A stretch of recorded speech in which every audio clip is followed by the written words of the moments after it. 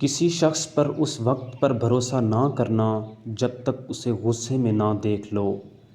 کسی بھی شخص کا دوسرا چہرہ تلاش کرنے کی کوشش نہ کرو۔ تمہارے لیے یہی کافی ہے کہ اس نے تمہارا احترام کیا اور اپنا بہتر چہرہ تمہارے سامنے پیش کیا۔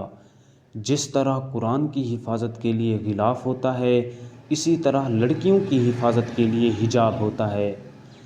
درد وہ ہے جو دوسروں کو درد میں دیکھ کر ملے، ورنہ اپنا درد تو جانور کو بھی محسوس ہوتا ہے۔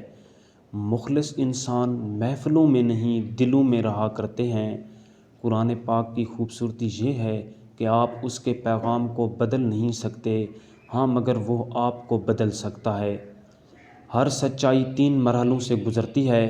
پہلے اس کا مذاق اڑایا جاتا ہے، پھر شدید مخالفت کی جاتی ہے، پھر اسے ایک بدیہی حقیقت کے طور پر تسلیم کر لیا جاتا ہے۔